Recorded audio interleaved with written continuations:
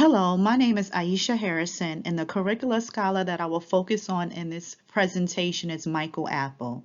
I chose Michael Apple because what I read from him last semester I found compelling. His sentiments on power and who controls the dissemination of knowledge stuck with me. I was also fascinated with his take on the role politics play in education and in curriculum. According to Apple, the school curriculum has always been the result of past conflicts and compromises that are themselves the product of wider social movements and pressures that extend well beyond the school. His commitment to illuminating these issues inspires me. In this presentation, I will examine the life and career history of Michael Apple, the scholars and theories that have influenced him, the recurring topics and themes and theories in his work, the significance of his research to the field of curriculum and instruction, and the impact of his research on me, my teaching, and the curriculum that I teach. Michael Apple grew up in Paterson, New Jersey. He describes himself as a red diaper baby, and he states that he comes from a deeply committed leftist family, one that lived in a poor neighborhood of one of the most political cities in the United States. He recalls his first political memories accompanying his grandfather, who was a Russian immigrant and a communist, to working men's circle meetings every week. He was exposed to politics from a young age, and he states, like other immigrant working class folks in the inner city of Paterson, New Jersey, the home of some of the most important strikes and labor struggles in the history of the U.S., life wasn't life without being consumed by politics. His mother was also a communist and an anti-racist activist, and although she never finished high school, she still loved to write short stories and poetry. His mother was so enamored with poetry, and in particular the work of Walt Whitman, that she gave Apple the middle name Whitman. She was also committed to fighting for equal rights for the poor and oppressed, and according to Apple, she was one of the founding members of the Paterson chapter of the Congress of Racial Equality, CORE, and was an activist in the poor and Black communities in Paterson. She was deeply involved in the struggle over education and jobs, against the forms of political patronage that denied power to poor folks, and to fight the class and especially racial structuring that dominated Paterson's political, economic, and educational structures. Apple and his siblings were also expected to help in the fight, and he was very active in CORE and became the publicity director at the age of 15. Apple's father was a printer from a socialist family who worked long hours trying to make enough money to allow the family to escape the poverty of the slums of Paterson. Apple spent many hours working at the print shop and even worked there when he was in college getting his teaching degree. Apple states that he learned viscerally that work was crucial to becoming a person and that it must always be done in a way that respects your skills and your fellow workers. He also developed an admiration for the printed word while working at his father's print shop. Apple grew up poor, and his mom and dad weren't simply supportive of the struggle, they lived the struggle. Apple claims growing up poor in a poor area, being surrounded by relatives who all seemed to live in the same area and all seemed to be in danger of losing the jobs that they had. All of this made life tense and filled us with unease about the present and the future. Apple recalls dinners with his family being filled with lively conversations about political issues. Among my memories are mealtimes where everyone, including the children, was expected to have opinions about what seemed to be everything. These discussions had a tremendous impact on Apple, and he states, these intense political discussions where family equal politics equal arguing about everything, and where even children were expected to participate and to be argued with. It is this sense of political arguments, of committed critical literacy, of not standing on the balcony, but living a life of such commitments that has stayed with me throughout my career. It is the DNA that continues to form me. Apple knew from a young age that he wanted to become a teacher, and when he began pursuing this career path, his parents were delighted with his choice. Apple states, both of my parents were more than a little happy when I decided early in my life that what I wanted to be was a teacher. To them, there was something almost sacred about being a teacher. To be a teacher was to honor the family, both in class terms, I was getting ahead, in political terms, it's up to you, Michael, to tell the truth about this society, and in intellectual terms, teaching was about critical literacy, about giving people power to understand the world and maybe to change it. And when I ultimately became president of a teachers union, well, that was even better for all of the above reasons. Apple's teaching experience began in the Army, and while in the Army, he taught first aid and compass reading. That experience helped him secure a teaching position in Paterson prior to him completing his undergraduate degree at Glassboro State College. After earning his undergraduate degree, he went on to pursue an MA in Curriculum and Philosophy and an EDD in Curriculum and Teaching at Columbia University. He has taught at the elementary, secondary, and collegiate level. In 2018, after serving for over 40 years, Apple retired as the University of Wisconsin-Madison's John Bascom Professor Emeritus of Curriculum and Instruction and Educational Policy Studies. He has written over 50 books, and two of his books, Ideology and Curriculum and Official Knowledge, were selected as among the most important books on education of the 20th century by the International Sociology Association. Apple is an internationally celebrated author and educator, and he is also the recipient of numerous honors and awards. According to the National Education Policy Center, he has been selected as one of the 50 most important educational scholars in the 20th century. He was also awarded the Lifetime Achievement Award from the American Educational Research Association, the 2017 Distinguished Alumnus Award from Rowan University, and the UCLA Medal for Outstanding Academic Achievement. He holds honorary doctorate degrees from several universities in the U.S. and abroad. Apple is married, and his wife Rima Apple is a well-known feminist scholar in the history of women's health and women's study. His wife has inspired the content of some of his work.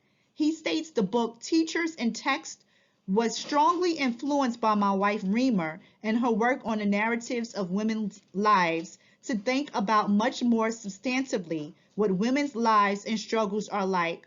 What does that mean? How do women resist? Do they just internalize these kinds of things, or are there elements of good sense and bad sense? They are also parents, and as parents to a Black child, it further inspires their anti-racist activism. Scholars and theories who have influenced Michael Apple. When discussing the scholars and theories that have influenced him, Apple states, "There is no doubt that I have been strongly influenced by Marx and by a considerable number of Marxist and neo-Marxist theories, especially by theories of political economy of the state, and just as importantly of cultural form, content, and production. Indeed, it wouldn't be possible to fully understand my work without also seeing me as participating in a debate within Marxism and neo-Marxism over the relationship among economy, state, civil society, and culture, with my focus, of course, largely being on the role of education as a site for the working out of these relations." In the book Ideology and Curriculum, he addresses the traditional Marxist education debates, and he believes that in these debates, scholars often had a limited understanding or misreading of Marx. Apple argues that those traditional debates were influenced by limited or simply bad readings of Marx. Often, but not always, they assumed that education simply was a mirror of the economy. In these accounts, schools only reproduce class relations. Apple disagrees with this sentiment, and he claims, "I was strongly influenced by people within the multiple Marxist and neo-Marxist traditions that said culture counts and counts in incredibly important ways." Apple argues that we can't just focus on class, capital, or the economy when it comes to education. We must look at the relationship between all those factors and understand the complex nature of these factors. He states, I want to restore the dynamics, the complex motions to Marxist theory. I want to reassert neo-Marxism, which asserts that culture and cultural struggles are crucial, that identity is crucial, and that these relations are best understood by seeing them as fully contradictory. Apple argues that we also must examine the role race plays amongst all those factors. He states, I don't want to ignore the economy, but I want to think about what are the ways in which race operates.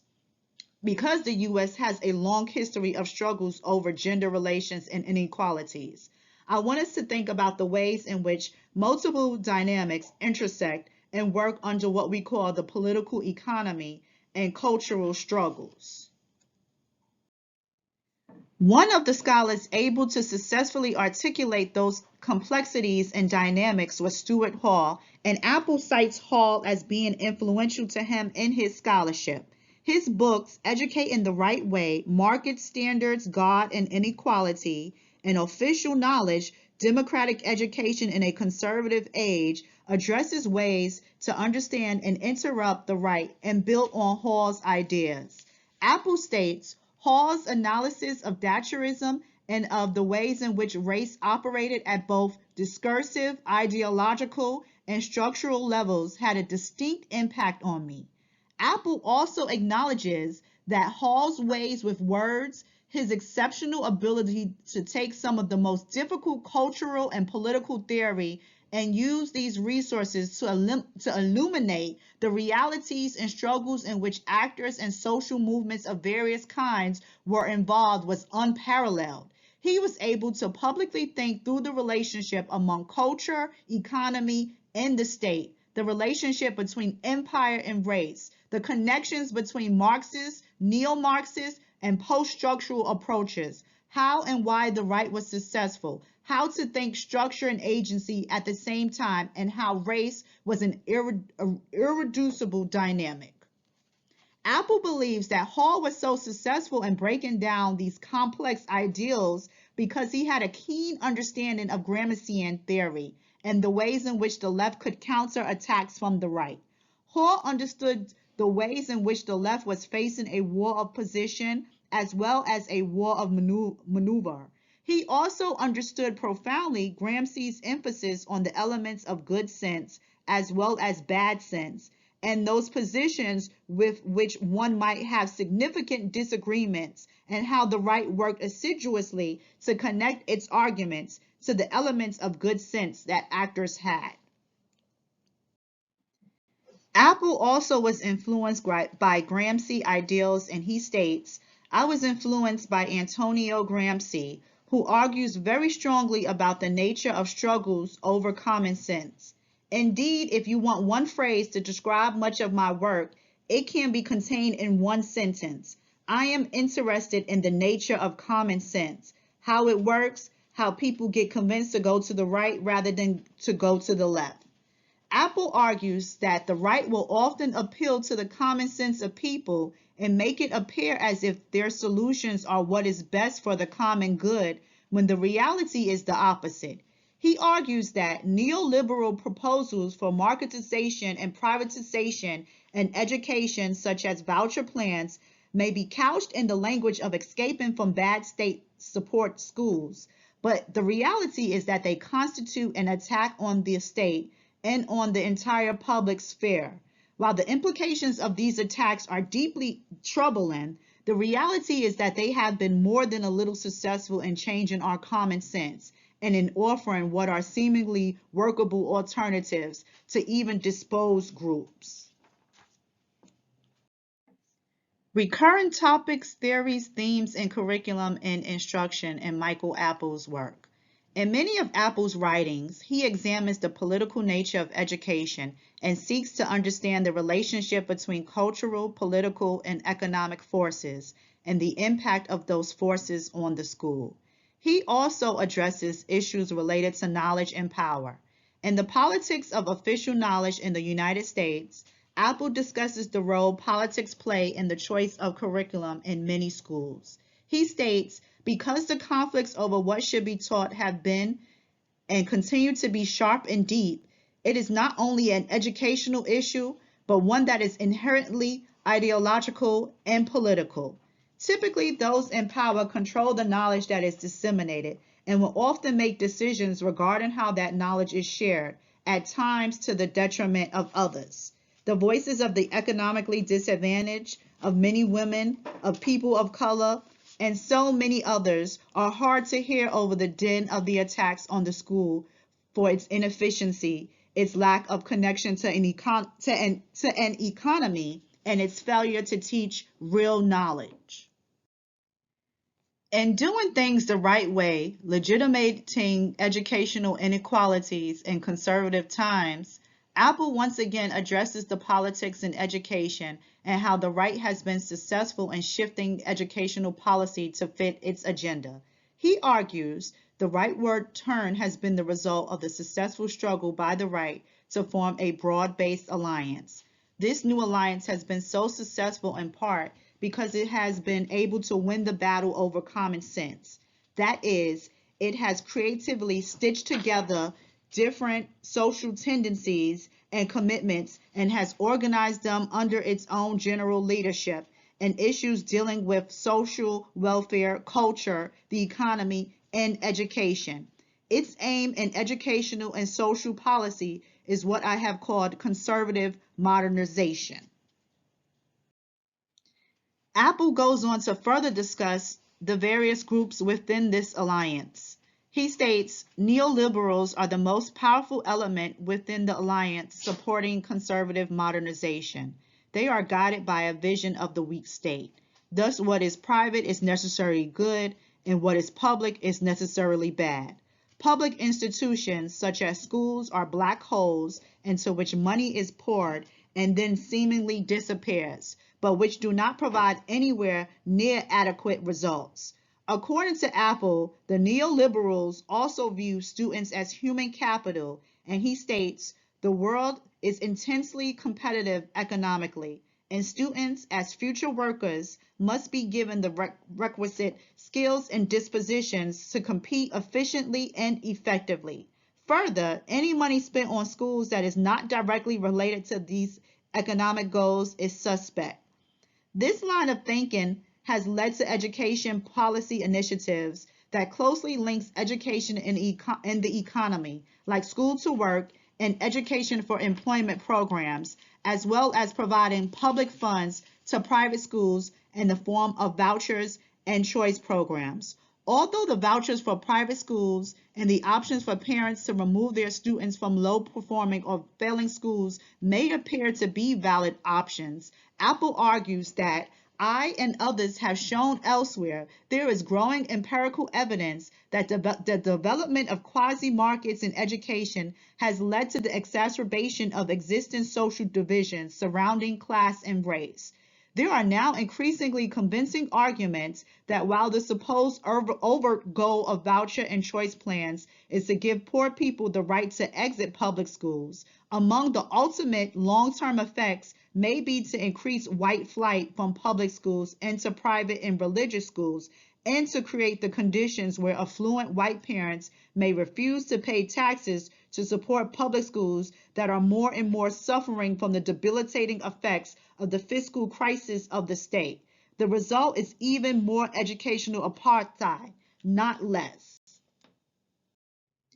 Apple consistently addresses the impact of social, cultural, and political issues on curriculum in education, and in The Critical Divide, Knowledge About the Curriculum and the Concrete Problems of Curriculum Policy and Practice, he examines the impact of what is going on socially and politically in the U.S. on our schools. He states, as you know, I have grounded my work in the belief that it is absolutely crucial to understand the social realities of schooling. What is happening today make these analyses even more significant.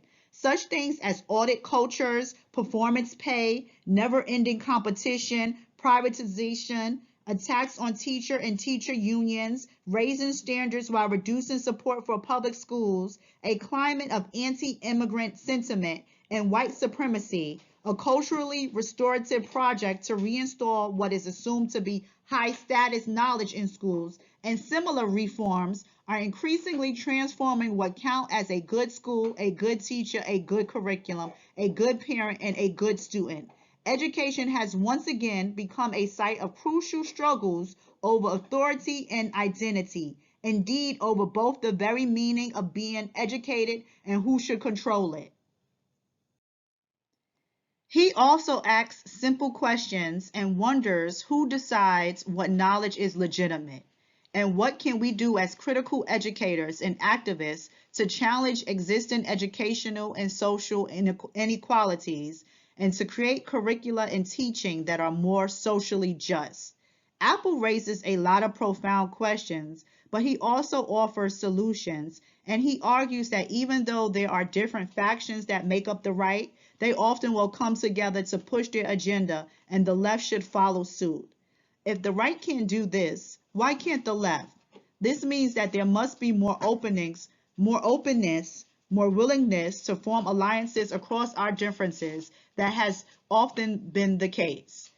Apple reminds us that for the field of critical education to remain impactful, we must keep in mind the relationships among the many factors in society that impact education, and we must engage in repositioning.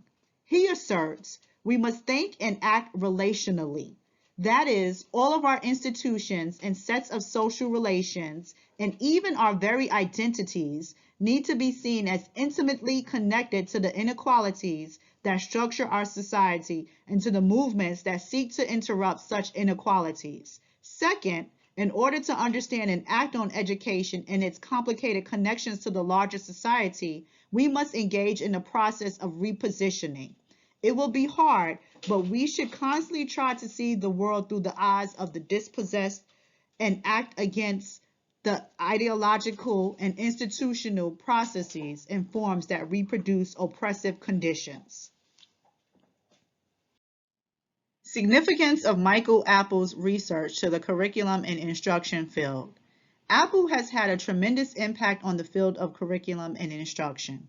Michael Apple is one of the foremost educational theorists in the world and a public intellectual who is deeply committed to empowerment and transformation of people through education. Apple's work has inspired, enlightened, and informed curricula scholars, educators, and activists. Apple's attention to what he labels official knowledge has profoundly influenced how we see the process of curriculum selection and organization. He denounces the commonsensical notion that schools are neutral institutions or that school procedure and rituals evolve out of a best practices model. Apple is an activist, and according to him, he is committed to understanding how power works and the creation of inequalities and understanding why teachers are treated so poorly in so many nations and why poor people and minoritized people are demonized, trying to figure out how to change these conditions to interrupt them. So while I do academic work, it is academic work aimed at social transformation. The simple questions that Apple has asked in his work over the course of his prolific career has sparked debate, prompted critical conversations, and has inspired change. Challenging social and political orthodoxy, Michael Apple has altered the way scholars and educators approach schooling in North America, situating school life and schooling at the center of educational theory and practice and undeniable social critique. Impact of Michael Apple's work on me, my teaching, and the curriculum I teach. Familiarizing myself with Apple's work empowered me and reminded me of my role as teacher intellectual. His body of work forces one to think critically. As a teacher, the impact that I have on my students are tremendous. The decisions that I make daily regarding curriculum and instruction are profound. Apple challenges educators to ask questions, and not just questions about whether our students have mastered a particular standard or passed a test. Rather, teachers must wonder, what can we do as critical educators and activists to challenge existing educational and social inequalities and to create curricula and teaching that are more socially just. I want to be a critical educator, one who questions, challenges, and confronts the inequities that I encounter and encourage my students to do the same. Apple asks the question, can schools change society? I believe that they can, and I believe that I can be part of that change by becoming knowledgeable about the politics involved in curricular decisions, as well as being deliberate with the instructional choices that I make for my students. I will teach my students the standards that are mandated by my district, but I can also educate them on social issues that impact them and expose them to multiple perspectives and narratives. Teachers can and do change the world. I want my students to leave out of my classroom knowing the biology content, but also knowing that they are powerful and that they do have a voice.